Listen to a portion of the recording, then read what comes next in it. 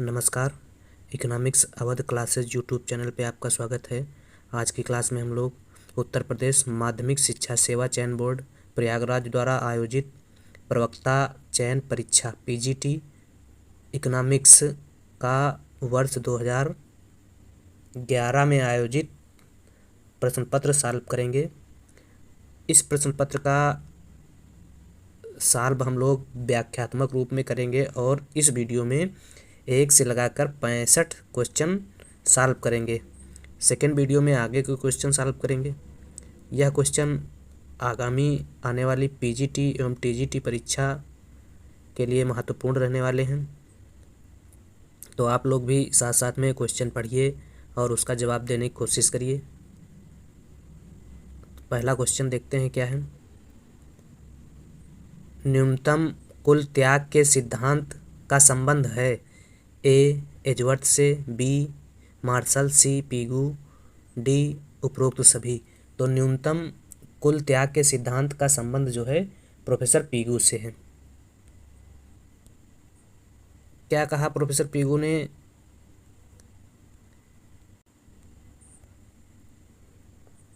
Professor Pigou ने आधुनिक काल के राजस्व के सिद्धांत का प्रतिपादन करने का श्रेय प्रोफेसर पीगू, डाल्टन, मसग्रेव एवं भारतीय अर्थशास्त्री प्रोफेसर भार्गव को दिया जाता है। न्यूनतम कुल त्याग के सिद्धांत का प्रतिपादन एसी पीगू ने किया था। एसी पीगू ने अपनी पुस्तक ए स्टडी इन पब्लिक फाइनेंस में न्यूनतम कुल त्याग के सिद्धांत का प्रतिपादन किया था। न्यूनतम कुल त्याग के अनुसार करारोपण के फलस्वरूप समाज को जो त्याग करना पड़ता है वह ही न्यूनतम त्याग कहलाता है। ये पीगू का मत है। न्यूनतम त्याग के इस सिद्धांत को अन्य अर्थशास्त्रियों ने किस नाम से संबोधित किया?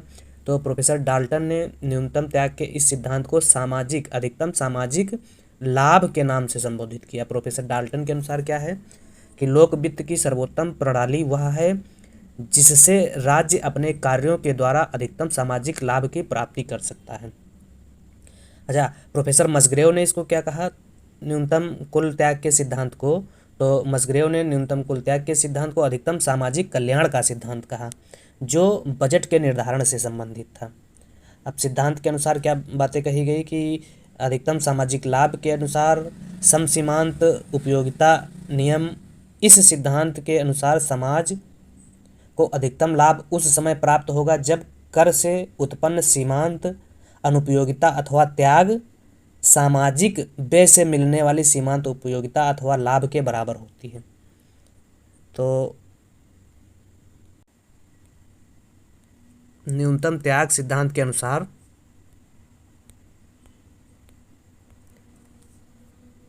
समाज को अधिकतम लाभ उस समय प्राप्त होता है, कब प्राप्त होगा? जब सीमांत त्याग बराबर होगा सीमांत लाभ के, तब किसी समाज को अधिकतम सामाजिक लाभ की प्राप्ति होगी। तो इस प्रकार से 1 का सही आंसर क्या होगा?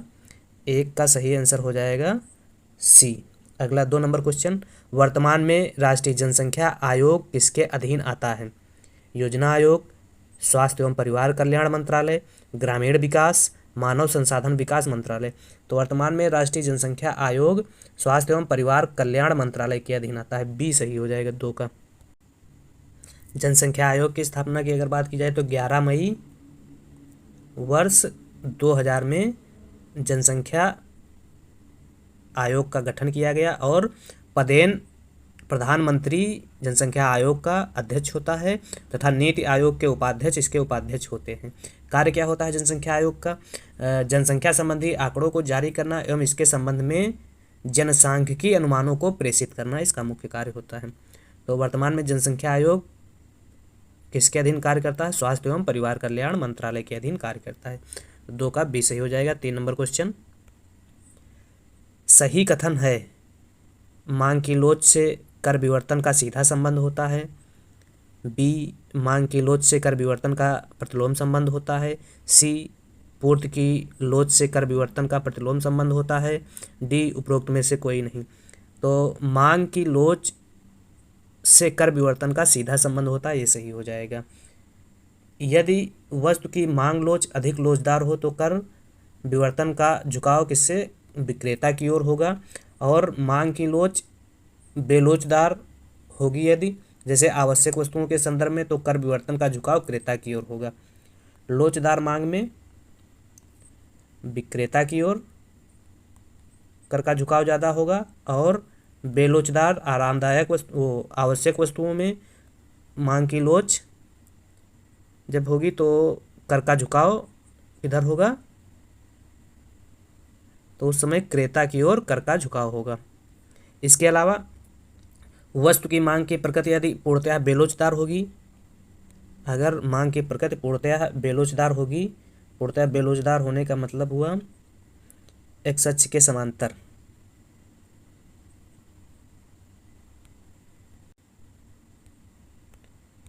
एक्स अक्ष नहीं वाई अक्ष के समांतर जब होगा, तो पूर्णतः जब बेलोचदार होगी तो विक्रेता पर संपूर्ण कर का भार पड़ेगा। और यदि मांग की लोच पूर्णतः लोचदार होगी एक्स अक्ष के समांतर, तब क्रेता पर कर का संपूर्ण भार पड़ेगा। तो 3 नंबर का सही आंसर होगा, मांग की लोच से कर विवर्तन का सीधा संबंध होता है। अगला 4 नंबर क्वेश्चन, यदि किसी उत्पादन पर एक मुश्त कर लगाया जाए तो इस कर का पूर्ण विवर्तन संभव है, आंशिक विवर्तन संभव है, विवर्तन संभव नहीं है, विवर्तन संभव है। तो यदि एक मुश्त कर लगाया जाएगा तो विवर्तन संभव नहीं है, सी सही हो जाएगा।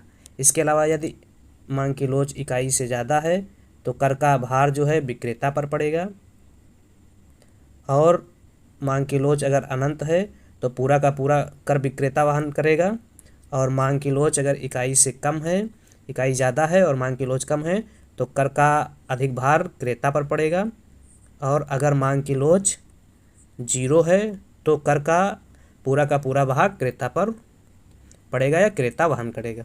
तो ये याद रखने वाली बातें हैं कि अगर मांग की लोच इकाई से ज़्यादा है तो कर का भार विक्रेता पर पड़ेगा, और अगर मांग की लोच अनंत है तो कर का भार विक्रेता पर पड़ेगा।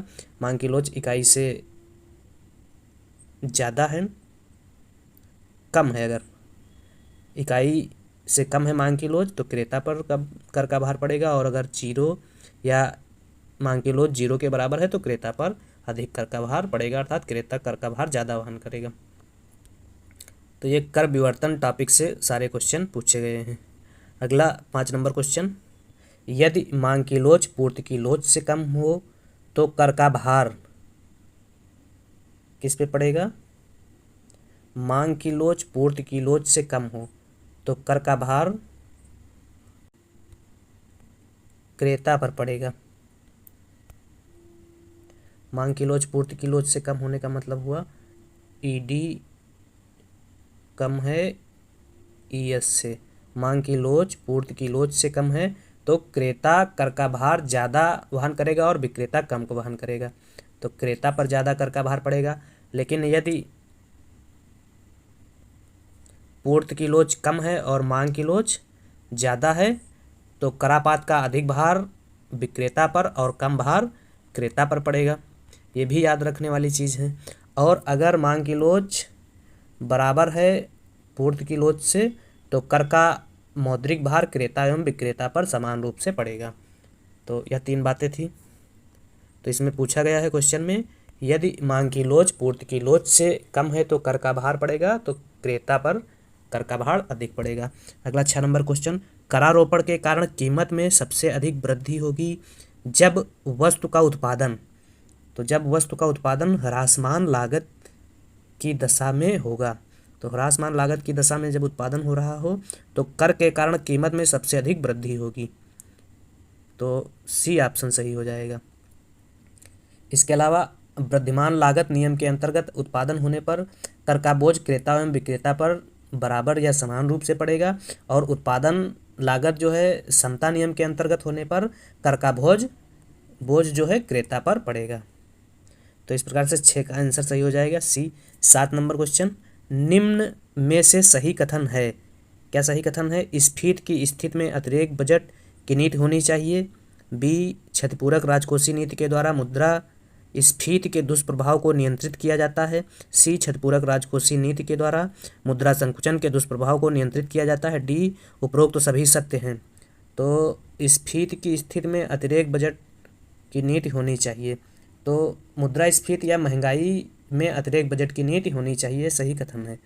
और मंदी के समय में या मुद्रा अस्फीति में घाटे की बजट को अपनाया जाना चाहिए। तो 7 का सही हो जाएगा ए। अगला 8 नंबर क्वेश्चन, बीडी प्रमेय संबंधित है। तो सार्वजनिक ऋण के शोधन से, सार्वजनिक ऋण के भार से, सार्वजनिक ऋण के प्रबंधन सिद्धांत से, सार्वजनिक ऋण के वर्गीकरण सिद्धांत से। तो बीडी प्रमेय जो है सार्वजनिक ऋण के वर्गीकरण सिद्धांत से संबंधित है। अगला 9 नंबर क्वेश्चन, प्रतिष्ठित अर्थशास्त्रियों में वह अर्थशास्त्री जो सार्वजनिक ऋण को बोझ नहीं मानते हैं। एडम स्मिथ, रिकार्डो, माल्थस, सभी। तो माल्थस जो हैं सार्वजनिक ऋण को बोझ नहीं मानते हैं। माल्थस को छोड़कर रिकार्डो, एडम स्मिथ सभी अर्थशास्त्री मानते थे कि सार्वजनिक ऋण सरकार लेती है, जिससे क्या होता है, पूंजी, नई पूंजी का सृजन नहीं होता है। सरकार अर्थव्यवस्था के वर्तमान पूंजी स्टॉक में से पूंजी निकालती है और सभी राजकीय व्यय अनुत्पादक होते हैं, इसलिए सभी सार्वजनिक ऋण जनता के ऊपर दुखदायी बोझ होते हैं। रिकार्डो मानते हैं कि सार्वजनिक ऋण पर दिया जाने वाला ब्याज बोझ नहीं है, क्योंकि यह एक हाथ से दूसरे हाथ में हस्तांतरण होता है। लेकिन माल्थस क्या मानते हैं कि प्रतिष्ठित अर्थशास्त्रियों में माल्थस मानते हैं कि सार्वजनिक ऋण बोझ नहीं है जनता के लिए। तो 9 का सी सही हो जाएगा। 10, बुरी मुद्रा अच्छी मुद्रा को चलन से बाहर कर देती है। यह नियम है ग्रेसम का, गोसेन का, जीवास का, उपरोक्त में से कोई नहीं। बुरी मुद्रा अच्छी मुद्रा को चलन से बाहर कर देती है, यह नियम जो है प्रोफेसर ग्रेसम का है। ए ऑप्शन सही हो जाएगा। ग्रेसम महारानी एलिजाबेथ के आर्थिक सलाहकार थे। महारानी एलिजाबेथ ब्रिटेन में प्रचलित निकृष्ट अर्थात खराब सिक्कों के प्रचलन को बाहर करना चाहती थी तथा उसके स्थान पर नए तथा प्रभावपूर्ण सिक्के चलाना चाहती थी।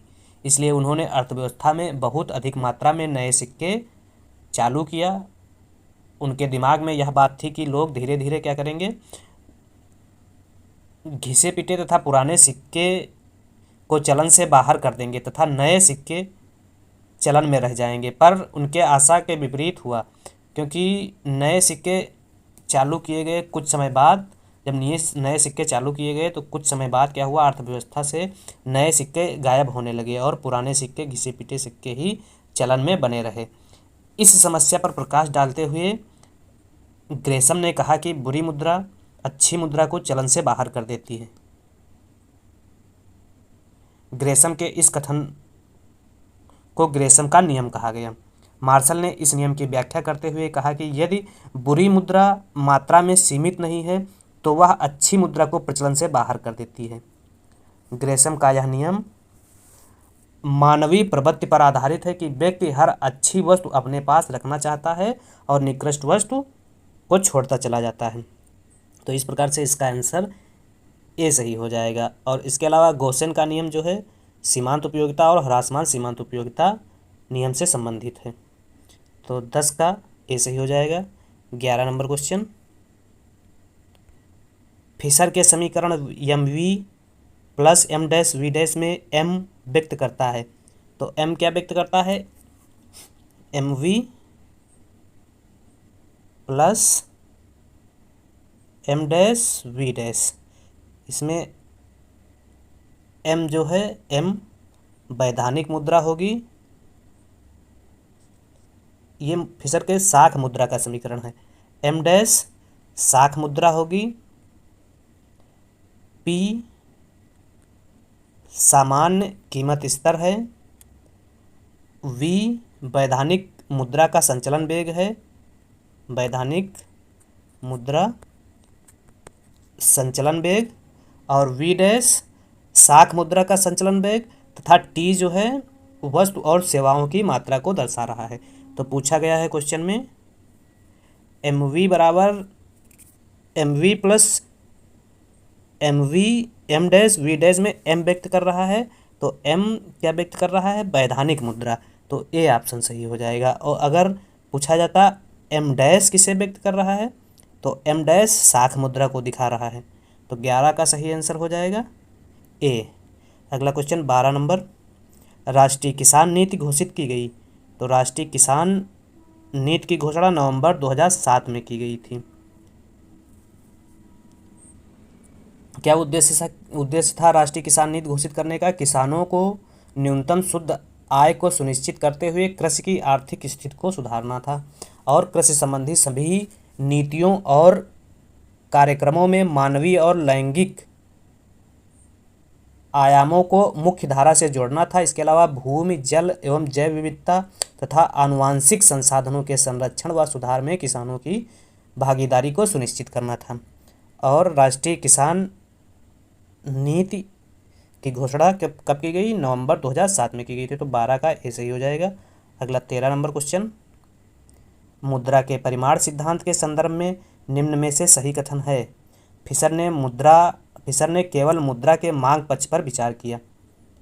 मार्शल ने केवल मुद्रा की पूर्ति पक्ष पर विचार किया। फिशर ने मुद्रा के मांग एवं पूर्ति दोनों पक्ष पर विचार किया। मार्शल ने मुद्रा की मांग एवं पूर्ति पक्षों पर विचार किया। तो मुद्रा के परिमाण सिद्धांत के संदर्भ में फिशर ने केवल मुद्रा के मांग पक्ष पर ही विचार किया। 13 ये सही हो जाएगा। 14 नंबर क्वेश्चन, यदि बेरोजगारी के साथ कीमतों में भी वृद्धि हो तो इस स्थिति को कहा जाता है। यदि बेरोजगारी के साथ कीमतों में भी वृद्धि हो तो इस स्थिति को स्टैगफ्लेशन कहा जाता है। 14 ए सही हो जाएगा। 15 नंबर क्वेश्चन, वास्तविक समग्र मांग एवं वांछित समग्र मांग के बीच के आधिक्य को कहा जाता है मांग आधिक्य, मांग अभाव, स्फीति अंतराल, अविस्फीति अंतराल। तो वास्तविक समग्र मांग एवं वांछित समग्र मांग के बीच के आधिक्य को स्फीति अंतराल कहा जाता है, जिसकी अवधारणा प्रोफेसर कीन्स द्वारा दी गई थी। स्फीति अंतराल की अवधारणा अगर पूछी जाए किसने दिया, तो कीन्स ने दिया था। अगला 16 नंबर क्वेश्चन, फिलिप्स वक्र निम्न संबंध को व्यक्त करता है। ए बेरोजगारी एवं कीमत में परिवर्तन, बी बेरोजगारी एवं मजदूरी में परिवर्तन, सी बेरोजगारी एवं स्फीति में परिवर्तन। तो फिलिप्स वक्र जो है मुद्रास्फीति एवं बेरोजगारी में संबंध व्यक्त करता है, या कह सकते हैं बेरोजगारी एवं स्फीति में संबंध को व्यक्त करता है। 16 सी सही हो जाएगा। फिलिप्स ने ब्रिटेन के 1861 से 1957 लगभग 100 वर्षों के बीच बेरोजगारी के प्रतिशत तथा मौद्रिक मजदूरी के दरों में होने वाले परिवर्तन के प्रतिशत के संबंध में आंकड़ों का विश्लेषण किया और विश्लेषण करके इस निष्कर्ष पर पहुँचे कि बेरोजगारी और मुद्रास्फीति दोनों साथ साथ रह सकते हैं। तो इस प्रकार से फिलिप्स ने मुद्रास्फीति एवं बेरोजगारी दोनों के संबंध में अपना विश्लेषण प्रतिपादित किया। तो 16 सी सही हो जाएगा। तो ये वर्ष भी कभी कभी पूछ लेता है कि फिलिप्स ने ब्रिटेन में कितने वर्ष से लगाकर कितने वर्ष तक अपने आंकड़ों का प्रकाशन किया, तो 1861 से 1957 के बीच में। अगला 17 नंबर क्वेश्चन, अंतर्राष्ट्रीय व्यापार का आधार नहीं होता है। ए तुलनात्मक लागतों में अंतर, बी श्रम विभाजन, सी श्रम गतिशीलता, डी साधनों की उपलब्धता में अंतर। तो अंतर्राष्ट्रीय व्यापार का आधार जो है श्रम गतिशीलता नहीं है, श्रम को गतिशील नहीं किया जा सकता है। 17 सी सही हो जाएगा। 18 अंतर्राष्ट्रीय पुनर्निर्माण एवं विकास बैंक कहलाता है। तो अंतर्राष्ट्रीय पुनर्निर्माण एवं विकास बैंक किसे कहा जाता है? विश्व बैंक को कहा जाता है। विश्व बैंक किस ऑप्शन में है? विश्व बैंक बी ऑप्शन में है, तो बी सही हो जाएगा। 18 विश्व बैंक कितने बैंकों का समूह है? तो विश्व बैंक 5 बैंकों का समूह है। IBRD जिसकी स्थापना 1945 में हुई,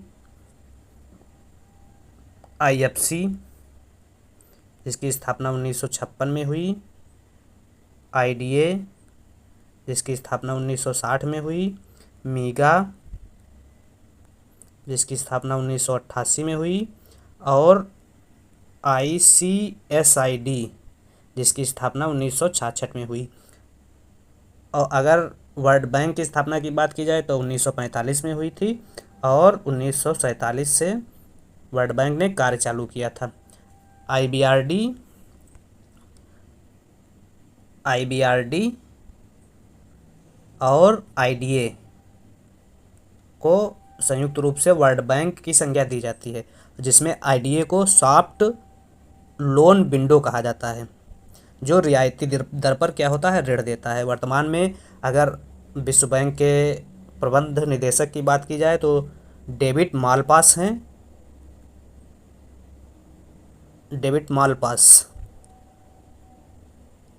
और वर्ल्ड बैंक का मुख्यालय वाशिंगटन डीसी में है। तो इस प्रकार से विश्व बैंक की ये कुछ महत्वपूर्ण बातें थी। विश्व बैंक समूह में आईबीआरडी, आईएफसी, आईडीए, मीगा, आईसीएसआईडी संस्थाएं सम्मिलित हैं, जो 5 प्रमुख बैंकों का समूह है। इसके अलावा ऑप्शन में दिया गया है एशियाई विकास बैंक। तो एशियाई विकास बैंक की स्थापना 1966 में हुई थी। इसका मुख्यालय मनीला में है और वर्तमान में 67 सदस्य देश हैं। जॉर्जिया अंतिम सदस्य देश है इसका। और इसके एशियाई विकास बैंक के प्रबंध निदेशक की अगर बात की जाए तो मसत सुतहू आसाकावा इसके प्रबंध निदेशक हैं। और एक दिया है आईएमएफ। आईएमएफ की स्थापना 1945 में हुई थी। आईएमएफ की स्थापना 1945 में हुई थी। ये ऑप्शन डी वाले है। और मुख्यालय इसका वाशिंगटन डीसी में है। 189 सदस्य देश इसके हैं। प्रबंध निदेशक इसके क्रिस्टालिना जॉर्जिवा हैं। प्रबंध निदेशक क्रिस्टालिना जॉर्जिवा हैं आईएमएफ के। इसका मुख्यालय वाशिंगटन डीसी में है। अगर डब्ल्यूटीओ के प्रबंध निदेशक की बात की जाए तो नगोंजी आइजो आइविला हैं, जो नाइजीरियन महिला हैं। और डब्ल्यूटीओ की पहली महिला प्रबंध निदेशक है नगोंजी ओकोंजो आइजोबिला। अगला क्वेश्चन 19 नंबर। हैक्सरओलिन सिद्धांत के संदर्भ में गलत कथन है। क्या गलत कथन है? साधन गहनता प्रतिलोमी वांछनीय होता है। साधन विभिन्न देशों में साधनों की उपलब्धता में अंतर, विभिन्न देशों में किसी एक उत्पादन फलन में समानता, उपरोक्त में से कोई नहीं।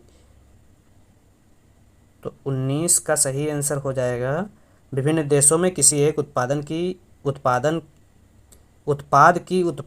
उत्पादन फलन में समानता। सी सही हो जाएगा। हैक्सरओलिन के अनुसार दो देशों में व्यापार वस्तुओं की लागतों में सापेक्षिक अंतर के कारण होता है। ये दो अंतर कौन कौन से हैं? उत्पादन के साधनों की कीमतों में सापेक्षिक अंतर के कारण व्यापार होता है और विभिन्न वस्तुओं के उत्पादन में उत्पत्ति के साधनों की आवश्यकता में भिन्नता के कारण व्यापार होता है। तो विभिन्न देशों में किसी एक उत्पाद की उत्पादन फलन में समानता के कारण व्यापार उत्पन्न होता है। तो 19 का सी सही हो जाएगा। 20 निर्धनता या दरिद्रता का विकास की अवधारणा संबंधित है। तो दरिद्रता का विकास की अवधारणा जगदीश भगुती द्वारा दी गई थी। 20 सही हो जाएगा। क्या है निर्धनता या दरिद्रता का विकास? पूंजी की कमी है, तो इससे क्या होगा? उत्पादन कम होगा। उत्पादन कम होने से क्या होगा? आय में कमी आएगी। आय में कमी होने से क्या होगा? निम्न जीवन स्तर कम होगा। निम्न जीवन स्तर कम होने से बचत दर में कमी आएगी और पुनः क्या होगा? पूंजी में कमी आएगी। इसी को क्या कहा जगदीश भगुती ने? निर्धनता दुष्चक्र कहा, या निर्धनता दरिद्रता का विकास इसी को कहा। अगला क्वेश्चन 21 नंबर। सीमांत उपयोगिता की अवधारणा को विकसित किया। तो सीमांत उपयोगिता की अवधारणा को David Ricardo, Adam Smith, Paul Samuelson, Alfred Marshall. तो एल्फ्रेड मार्शल ने सीमांत उपयोगिता की अवधारणा को विकसित किया। क्या है सीमांत उपयोगिता? सीमांत उपयोगिता जैसे जैसे कोई व्यक्ति किसी वस्तु की अतिरिक्त इकाई का उपभोग करने लगता है तो उससे मिलने वाली सीमांत उपयोगिता प्रति इकाई के साथ घटती जाती है, और जब व्यक्ति पूर्ण संतुष्ट हो जाता है तो वस्तु से मिलने वाली सीमांत उपयोगिता शून्य हो जाती है। और इसके अलावा शून्य से के बाद ऋणात्मक में भी सीमांत उपयोगिता पहुंच जाती है। तो इस प्रकार से सीमांत उपयोगिता के संबंध में प्रमुख विचार किसके द्वारा दिए गए? तो मार्शल द्वारा दिए गए थे। अगला 22 नंबर क्वेश्चन, आय व्यापार शर्त व्यक्त करता है। तो आय व्यापार शर्त का प्रतिपादन प्रोफेसर डोरेंस द्वारा 1951 में किया गया था, जिसका सूत्र क्या होता है? निर्यात मूल्य बटे आयात मूल्य गुणे क्यू या क्वांटिटी। तो निर्यात मूल्य बटे आयात मूल्य गुणे क्यू, निर्यात मूल्य, निर्यात की कीमत या कह सकते हैं आयात की कीमत गुणे क्यू, या किसी ऑप्शन में नहीं है। इसको इस प्रकार से लिख सकते हैं P X upon P M into Q X.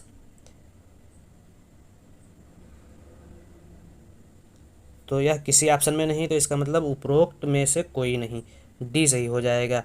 तो आयात मूल्य सूचकांक जो है किसी देश के निर्यात में परिवर्तनों के अनुपात में उसकी परिवर्तित हुई आयात क्षमता को प्रदर्शित करता है। तो इस प्रकार से क्या होगा? निर्यात मूल्य बटे आयात मूल्य गुणे क्यू हो जाएगा। तो यह किसी ऑप्शन में नहीं है, इसलिए इसका आंसर डी हो जाएगा। अगला 23 नंबर क्वेश्चन, संतुलन व्यापार शर्त का निर्धारण होता है उत्पादन संभावना वक्रों द्वारा, प्रस्ताव वक्रों द्वारा, प्रतिपूरक व मांग वक्रों द्वारा, उपरोक्त सभी। तो संतुलन व्यापार शर्त का निर्धारण प्रस्ताव वक्रों द्वारा होता है, जिसमें विश्व के दो देश अपने व्यापार का निर्धारण आपस में करते हैं। अगला क्वेश्चन 24 नंबर, अवमूल्यन की क्रिया घरेलू मुद्रा के मूल्य में क्या करती है? अवमूल्यन की क्रिया घरेलू मुद्रा के मूल्य में कोई परिवर्तन, कमी उत्पन्न करता है, वृद्धि उत्पन्न करता है, कोई प्रभाव उत्पन्न नहीं करता है। तो कोई प्रभाव नहीं उत्पन्न करता है, क्योंकि अवमूल्यन से तात्पर्य सरकार द्वारा आधिकारिक रूप से देश की मुद्रा के बाह्य मूल्य में कमी करना होता है, और आंतरिक मूल्य में कोई भी परिवर्तन नहीं किया जाता है। अवमूल्यन के कारण क्या होता है? अवमूल्यन करने वाले देश अन्य देश की आंतरिक मूल्य स्तर पर कोई प्रभाव नहीं उत्पन्न करता है, और बाह्य मूल्य में कमी से मुद्रा सस्ती होती है, जिससे क्या होता है? निर्यात सस्ते होने से निर्यात ज़्यादा होते हैं। अवमूल्यन से निर्यात क्या होता है? निर्यात सस्ते होते हैं, इससे निर्यात क्या होगा? ज़्यादा हो जाएगा। जब वस्तुएं सस्ती हो जाएंगी तो वस्तुओं की मांग विदेशों में ज़्यादा हो जाएगी। और आयात क्या होंगे? आयात महंगे हो जाएंगे, जिससे क्या होगा? आयात कम हो जाएंगे तो निर्यात ज़्यादा होंगे, और आयात कम होंगे तो बीओपी में सुधार हो जाएगा इस प्रक्रिया के तहत। अगला क्वेश्चन, तो क्या क्या क्वेश्चन था? अवमूल्यन की क्रिया घरेलू मुद्रा के मूल्य में कोई प्रभाव उत्पन्न नहीं करती, सी हो जाएगा 24 का 25। अवमूल्यन की क्रिया से आयात महंगे होते हैं, निर्यात महंगा होता है, आयात सस्ता होता है, उपरोक्त में से कोई नहीं। तो अभी हम लोग पिछले वाले क्वेश्चन में देख चुके हैं कि अवमूल्यन से क्या होगा? बाह्य मूल्य में कमी से मुद्रा सस्ती होगी, जिससे निर्यात सस्ते होंगे। निर्यात जब सस्ते होंगे तो निर्यात ज़्यादा हो जाएंगे, और आयात महंगे होंगे तो आयात जब महंगे होंगे तो आयात कम हो जाएंगे, जिससे क्या होगा? बीओपी में सुधार होगा। तो इसमें पूछा गया अवमूल्यन की क्रिया से आयात महंगे हो जाएंगे। 25 ए सही हो जाएगा। 26 नंबर क्वेश्चन, निम्नलिखित में से भिन्न विकल्प है। तो उत्पाद कर, आयात कोटा, प्रशुल्क, अवमूल्यन। तो उत्पाद कर जो है भिन्न विकल्प है, क्योंकि यह एक अप्रत्यक्ष कर है। इसके अलावा आयात कोटा, प्रशुल्क, अवमूल्यन का प्रयोग जो है आयात को नियंत्रित करने के लिए किया जाता है, जिससे आयातित वस्तु एवं उत्पाद की कीमतों में वृद्धि होती है और मांग में कमी आती है। तो 26 का सही आंसर सी हो जाएगा। 27, एक देश के भुगतान संतुलन के घाटे को दूर किया जा सकता है स्वर्ण के निर्यात द्वारा, स्वर्ण के आयात द्वारा, आयातों में वृद्धि करके, उपरोक्त तो सभी। तो एक देश के भुगतान संतुलन में घाटे को दूर करने के लिए स्वर्ण को निर्यात किया जा सकता है। तो स्वर्ण को निर्यात किससे किया जाएगा? इसको स्वर्ण के निर्यात को पूंजी खाते में रखा जाएगा और स्वर्ण के निर्यात के माध्यम से भुगतान संतुलन के घाटे को दूर किया जा सकता है। अब भुगतान संतुलन बैलेंस ऑफ पेमेंट के बारे में जान लेते हैं क्या है। भुगतान शेष एक देश का शेष विश्व के साथ सौदों का या लेन देन का संक्षिप्त विवरण है। यह वस्तुओं और सेवाओं से संबंधित लेन देन रखता है। बीओपी में चालू खाते एवं पूंजी खाते के लेन देन को रखा जाता है और बीओपी खाता जो है हमेशा सदैव या हमेशा संतुलित रहता है। अब बीओपी खाते में क्या क्या सम्मिलित किया जाता है, तो बीओपी में या भुगतान से इसके खाते में चालू खाता और पूंजी खाता दो प्रकार के खाते होते हैं। चालू खाते में दृश्य मदों का आयात शामिल किया जाता है और अदृश्य मदों का निर्यात शामिल किया जाता है। इसके अलावा चालू हस्तांतरण दृश्य मदों में वस्तुओं एवं सेवाओं का आयात निर्यात होता है और अदृश्य मदों में सिर्फ वस्तुओं का आयात होता है और अदृश्य मदों में सेवाओं का आयात निर्यात होता है। इसके अलावा चालू हस्तांतरण को रखा जाता है और पूंजी खाते के अंतर्गत विदेशी ऋण को और उधारियों को रखा जाता है, विदेशी निवेश को रखा जाता है, स्वर्ण आयात निर्यात को रखा जाता है और एनआरआई जमाओं को पूंजी खाते के अंतर्गत रखा जाता है। तो एक देश के भुगतान संतुलन के घाटे को दूर किया जा सकता है, स्वर्ण के निर्यात द्वारा दूर किया जा सकता है। अगला क्वेश्चन, भुगतान संतुलन के आधारभूत अवशेष में शामिल नहीं किया जा सकता है। तो भुगतान संतुलन के आधारभूत अवशेष में किसको नहीं शामिल किया जा सकता है? चालू खाते को, दीर्घकालीन पूंजी खाते को, अल्पकालीन पूंजी खाते को, उपरोक्त में से कोई नहीं। तो भुगतान संतुलन के आधारभूत अवशेष खाते में चालू खाते को सम्मिलित नहीं किया जा सकता है। भुगतान संतुलन में चालू खाता एवं पूंजी खाता दो प्रकार के खाते होते हैं। चालू खाते के अंतर्गत दृश्य एवं अदृश्य व्यापार को सम्मिलित किया जाता है, जबकि पूंजी खाते के अंतर्गत स्वर्ण आयात निर्यात या एनआरआई जमाएं विदेशी ऋण को सम्मिलित किया जाता है। और चालू खाते को भुगतान संतुलन के आधारभूत अवशेष में शामिल नहीं किया जाता है। अगला, वह कीमत जिस पर भारतीय खाद्य निगम सर्वाधिक वितरण के लिए खाद्य का वितरण करता है उसे कहते हैं, तो उसे निकासी कीमत कहा जाता है। वह मूल्य जिस पर क्या होता है, वह निकासी कीमत किसे कहते हैं? वह मूल्य जो भारतीय खाद्य निगम एवं राज्यों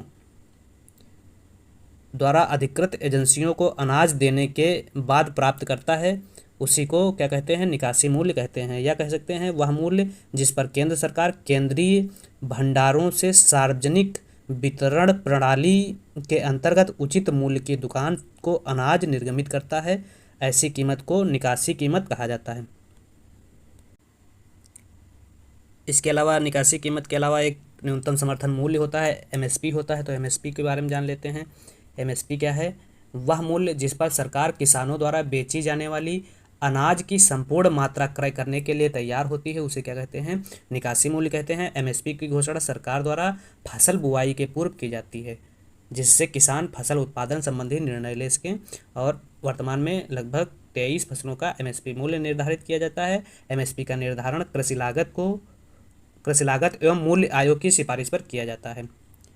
इसके अलावा एक कीमत और होती है, वसूली कीमत। तो वसूली कीमत किसे कहते हैं? वह मूल्य जिस पर सरकार किसानों से अनाज की खरीद करती है, उसे वसूली मूल्य कहा जाता है। वसूली मूल्य की घोषणा फसल कटाई के बाद सरकार द्वारा की जाती है। तो इसका आंसर क्या हो जाएगा? 28 नंबर क्वेश्चन का आंसर हो जाएगा सी, निकासी मूल्य। अगला 30 नंबर, चुंगी संघ का संबंध है किससे है? द्वितीय श्रेष्ठ सिद्धांत से, व्यापार सृजन प्रभाव से, आर्थिक एकीकरण से, उपरोक्त सभी। तो चुंगी संघ का संबंध जो है आर्थिक एकीकरण से, 30 सी सही हो जाएगा। 31 नंबर क्वेश्चन, प्रशुल्क के कारण क्या होता है? घरेलू उत्पादों के अतिरेक में वृद्धि होती है, सरकार के राजस्व में वृद्धि होती है, घरेलू उपभोक्ताओं के अतिरेक में कमी होती है।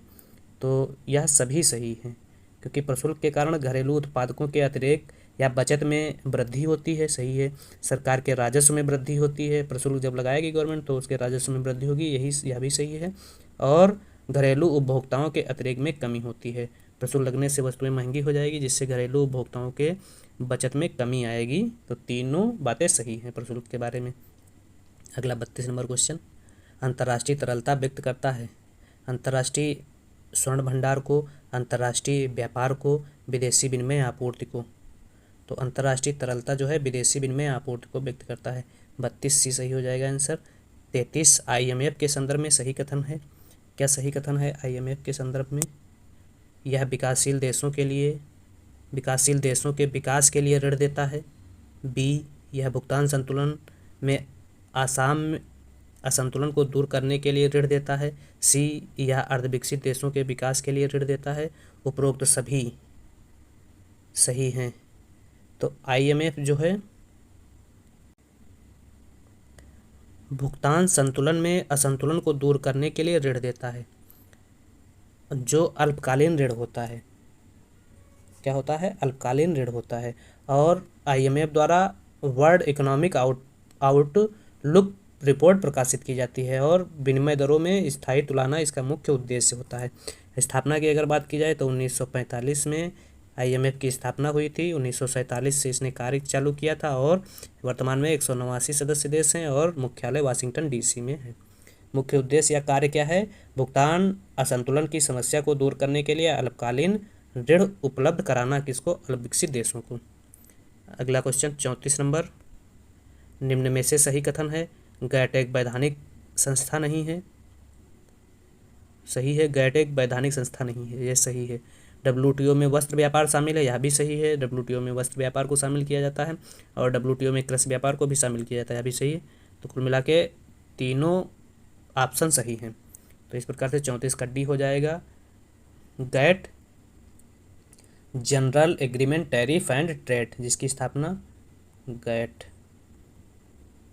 इसकी स्थापना 1948 में हुई थी। डंकन प्रस्ताव के आधार पर मार्केस समझौते के तहत 1 जनवरी 1995 को गैट का स्थान WTO ने लिया। और गैट एक क्या है? वैधानिक संस्था नहीं थी। WTO एक वैधानिक संस्था के रूप में कार्य कर रही है, जो मुख्य रूप से व्यापार से संबंधित प्रमुख उद्देश्यों को ध्यान में रखते हुए कार्य कर रही है। तो इस प्रकार से 34 D सही हो जाएगा। अगला 35 नंबर क्वेश्चन, आर्थिक समृद्धि के मॉडल के संदर्भ में निम्न में से भिन्न विकल्प है। क्या विकल्प भिन्न है? निवेश की दोहरी भूमिका, चाकू की धार समस्या, अस्थायी संतुलन, स्थिरता। तो आर्थिक विकास के मॉडल में निवेश की दोहरी भूमिका होती है, सही है, हैरड के मॉडल की प्रमुख विशेषता है। चाकू की धार की समस्या, यह भी हैरड के मॉडल की प्रमुख विशेषता है। अस्थायी संतुलन, यह भी हैरड के मॉडल की प्रमुख विशेषता है। स्थिरता नहीं होती है। तो 35 का D सही हो जाएगा। इसके अलावा निवेश की दोहरी भूमिका, चाकूधार समस्या, अस्थायी संतुलन या आर्थिक समृद्धि के हैरड डोमर मॉडल की प्रमुख विशेषताएं हैं। अगला 36 नंबर क्वेश्चन,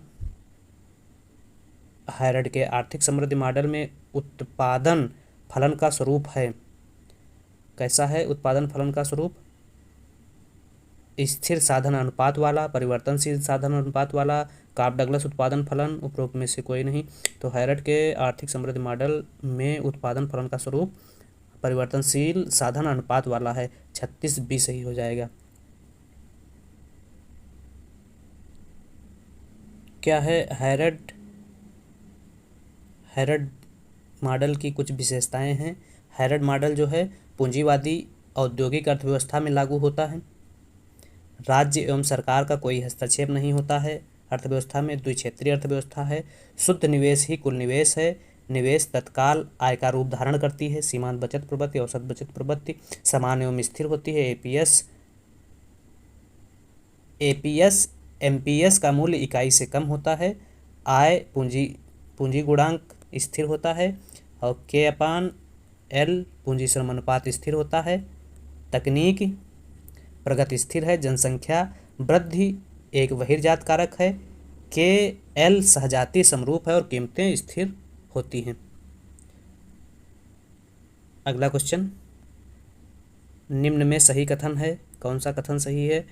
हैरड के मॉडल में तकनीक गुणांक पूंजी उत्पाद अनुपात के रूप में है।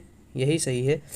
डोमर मॉडल में तकनीक गुणांक पूंजी उत्पाद अनुपात के रूप में शामिल है। हायरार्ड मॉडल में तकनीक गुणांक उत्पाद पूंजी अनुपात के रूप में शामिल है। डोमर के मॉडल में तकनीक गुणांक पूंजी उत्पाद अनुपात के रूप में शामिल है। तो हायरार्ड डोमर मॉडल की कुछ तुलना की जा सकती है और उस तुलना में इस सवाल का आंसर निकल आएगा। क्या तुलना है देख लेते हैं। हायरार्ड ने अपने मॉडल में मुख्य रूप से त्वरक की बात की थी, त्वरक सिद्धांत की, और डोमर ने त्वरक के व्युत्पन्न की बात की थी। और हायरार्ड पूंजी उत्पाद अनुपात की बात करते हैं, जबकि डोमर उत्पाद पूंजी अनुपात की बात करते हैं। तो यही पहले ऑप्शन में दिया है, पूंजी उत्पाद अनुपात के रूप में शामिल किया जाता है। तो हायरार्ड पूंजी उत्पाद अनुपात की बात करते हैं और डोमर उत्पाद पूंजी अनुपात की बात करते हैं। हायरार्ड त्वरक की बात करते हैं, डोमर गुणक की बात करते हैं। प्रत्यक्ष रूप से चाकूधार समस्या उत्पन्न होती है हायरार्ड मॉडल में, और इनमें प्रत्यक्ष रूप से चाकूधार समस्या उत्पन्न नहीं होती है, अलग अलग होती है। इसके अलावा हायरार्ड निवेश की समृद्धि दर को खोजने के लिए 3 समृद्धि की व्याख्या करते हैं। वांछित, प्राकृतिक और वास्तविक समृद्धि की व्याख्या हायरार्ड द्वारा की जाती है। और डोमर एक ही समृद्धि की बात करते हैं जिसे संभाव्य या वांछित समृद्धि दर कहा गया है डोमर द्वारा। तो इस प्रकार से 37 का ए सही हो जाएगा। अगला 38 नंबर क्वेश्चन। हायरार्ड के आर्थिक समृद्धि मॉडल में संतुलन समृद्धि दर को प्राप्त किया जा सकता है। कहाँ समृद्धि दर को प्राप्त किया जा सकता है? निवेश की दोहरी भूमिका के आधार पर, बचत एवं निवेश की समानता के आधार पर, निवेश की मांग एवं पूर्ति की समानता के आधार पर, उपरोक्त में से कोई नहीं। तो हायरार्ड के आर्थिक समृद्धि मॉडल में संतुलन समृद्धि दर को प्राप्त किया जा सकता है बचत एवं निवेश की समानता के आधार पर। 38 से हो जाएगा। 39 आरबीआई द्वारा बैंकों को जिस दर पर ऋण आरबीआई अन्य बैंकों को जिस दर पर ऋण देता है वह कहलाता है। तो आरबीआई अन्य बैंकों का जिस दर पर ऋण देता है उसे बैंक दर कहा जाता है। क्या है बैंक दर? वह दर जिस पर आरबीआई बिल ऑफ एक्सचेंज या अन्य व्यापारिक प्रपत्रों की क्रय करने या पुनर्बट्टा करने के लिए तैयार रहता है उसे क्या कहते हैं? बैंक दर कहते हैं। या कह सकते हैं जिस दर पर आरबीआई वाणिज्यिक बैंकों को दीर्घकालीन ऋण देता है उसे बैंक दर कहा जाता है। रेपो दर किसे कहते हैं? जिस दर पर आरबीआई वाणिज्यिक बैंकों को अल्पकालीन ऋण देता है उसे रेपो दर कहते हैं। और रिवर्स रेपो, जिस दर पर आरबीआई वाणिज्यिक बैंकों को अतिरिक्त जमा प्राप्त करता है उसे रिवर्स रेपो कहा जाता है। यह अल्पकालीन समयावधि के लिए होता है और बैंक दर दीर्घकालीन समयावधि के लिए होती है। अगला 40 नंबर क्वेश्चन। निम्न में से भिन्न विकल्प है।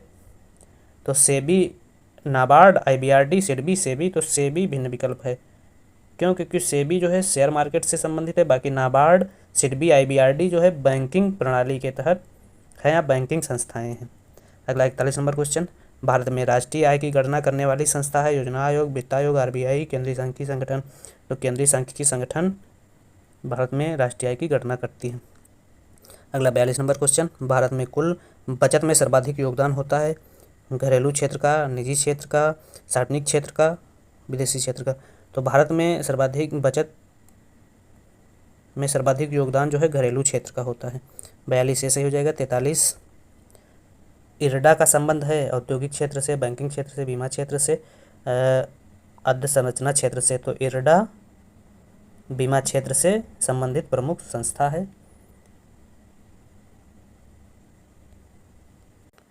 इरडा की स्थापना की अगर बात की जाए तो 1999 में इरडा की स्थापना हुई थी और इसका मुख्यालय हैदराबाद में है और स्वायत्त संवैधानिक संस्था है।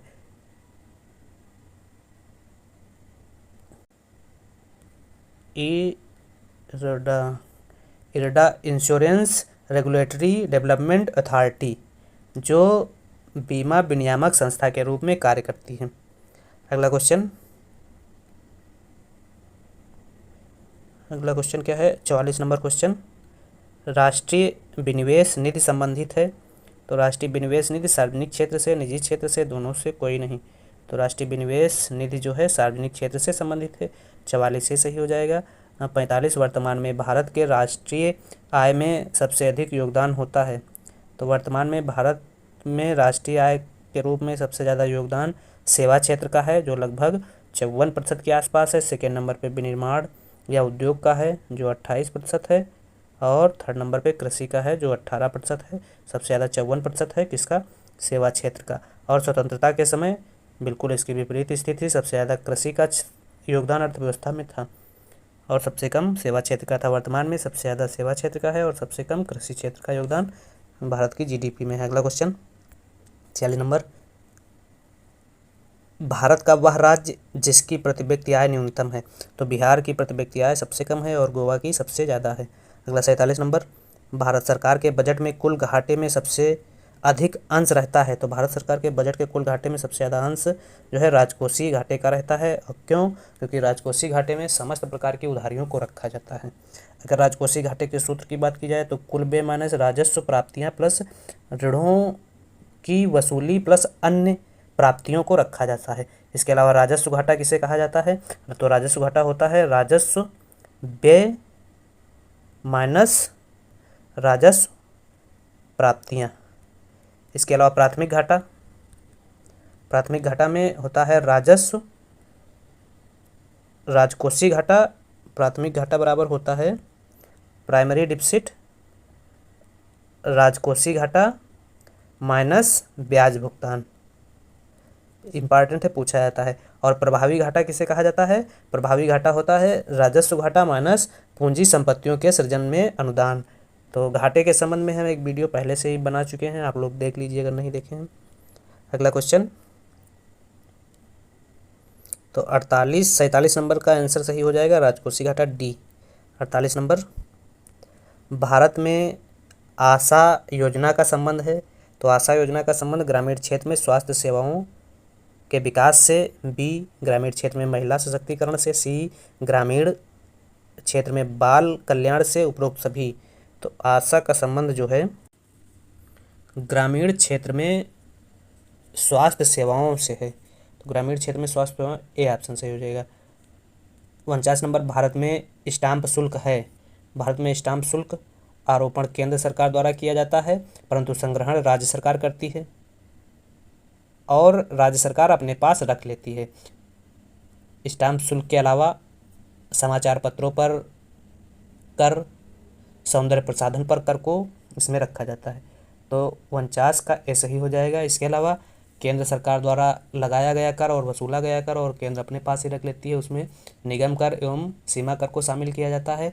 इसके अलावा केंद्रीय उत्पाद कर एवं आय कर केंद्र लगाती है, केंद्र वसूल करती है और वित्त आयोग के सुझाव पर राज्यों को बांट दिया जाता है। अगला 50 नंबर क्वेश्चन, फेरा संबंधित है। तो फेरा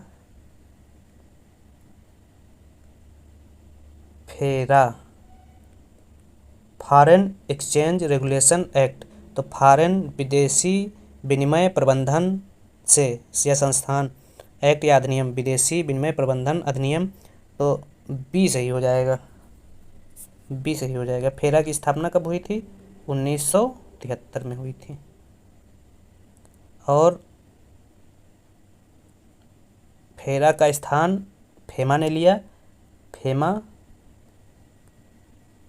फॉरेन एक्सचेंज मैनेजमेंट एक्ट 1999 में एक्ट बना और वर्ष 2001 जून 2000 को लागू किया गया था। इंपॉर्टेंट क्वेश्चन है, वर्ष पूछा जाता है और इसका फेरा और फेमा का पूर्ण रूप या फुल फॉर्म पूछा जाता है। तो फेरा की स्थापना 1973 में हुई थी और फेमा की स्थापना 1999 में हुई थी और 1 जून 2000 को फेमा लागू किया गया था। अगला क्वेश्चन, यदि किसी वस्तु की कीमत 20 रुपये हो तो मांग की लोचशीलता 2.5 हो तो उत्पादनकर्ता का सीमांत आगम होगा। कीमत कितनी है, 20 रुपये और लोचशीलता 2.5 है। तो कीमत एम आर पूछा गया है, मार्जिनल रेवेन्यू या सीमांत आगम या सीमांत आय। तो बराबर हो जाएगी AR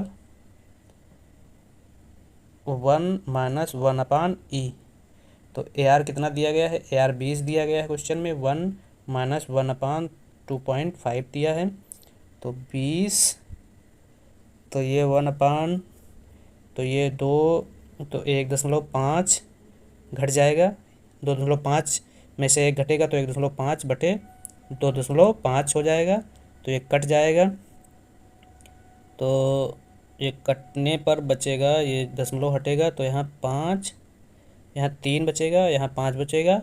5 कम 5, 5 को 20, 4, ये 4 और 3 का गुणा हो जाएगा तो बराबर आंसर आएगा 12। तो इस प्रकार से इसका आंसर सी सही हो जाएगा।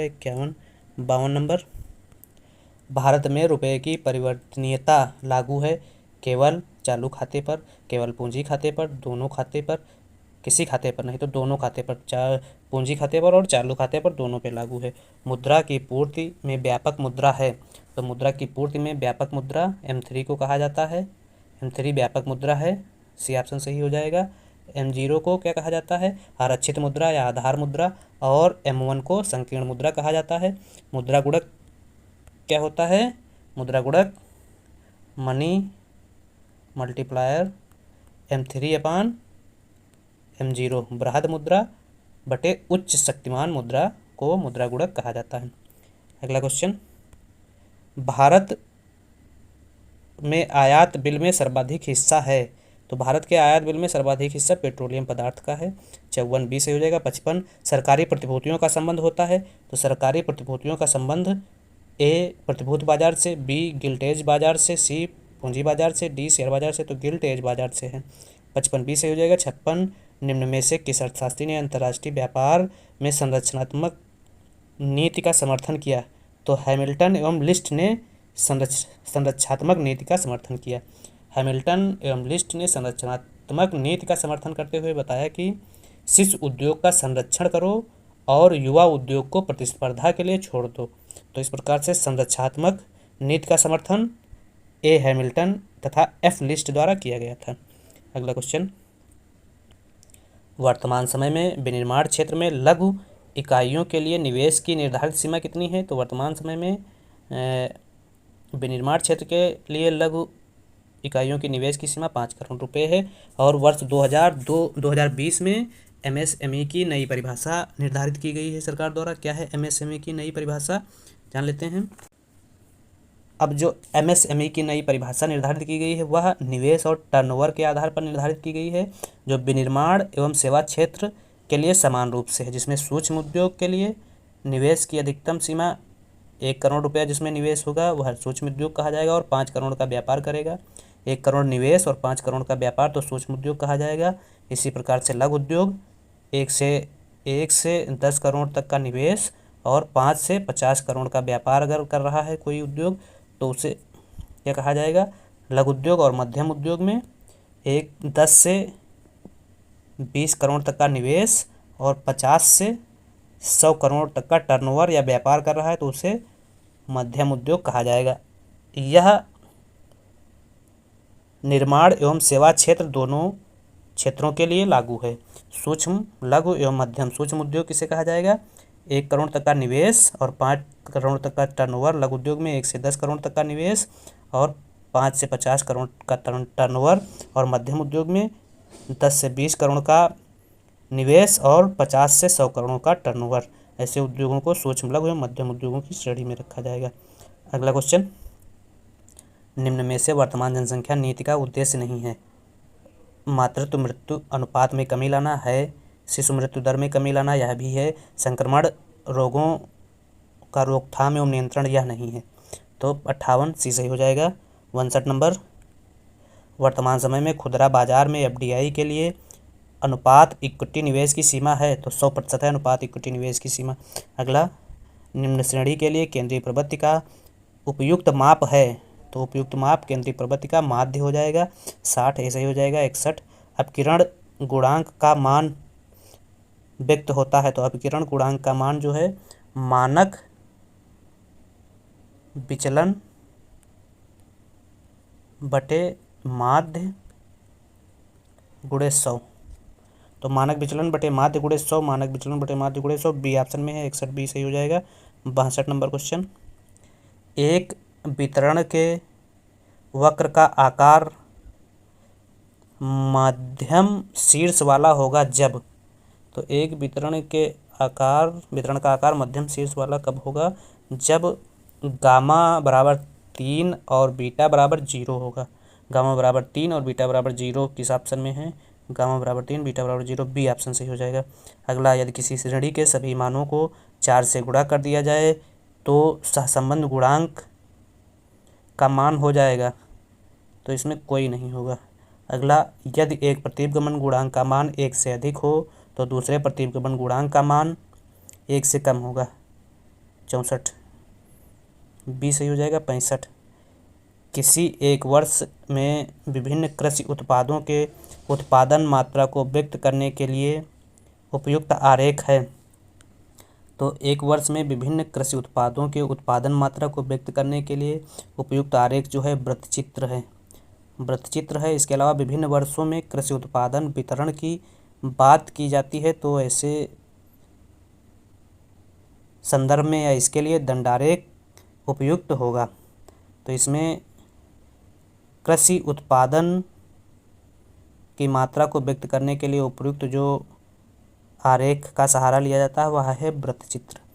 तो इस प्रकार से आज की क्लास में हम लोगों ने अर्थशास्त्र 2011 का पेपर सॉल्व किया, जिसमें हम लोगों ने 65 प्रश्नों को सॉल्व किया। यह प्रश्न आगामी आने वाली टीजीटी एवं पीजीटी परीक्षा के लिए महत्वपूर्ण है। यहाँ से प्रश्न मिलने की संभावना रहेगी। अगले अब क्वेश्चन जो शेष बचे हैं 2011 पेपर के 65 से 125 तक अगले वीडियो में सॉल्व करेंगे। आप लोग वीडियो देखिए, क्वेश्चन सॉल्व करिए साथ साथ में, और वीडियो कैसी लगी कमेंट करिए। धन्यवाद।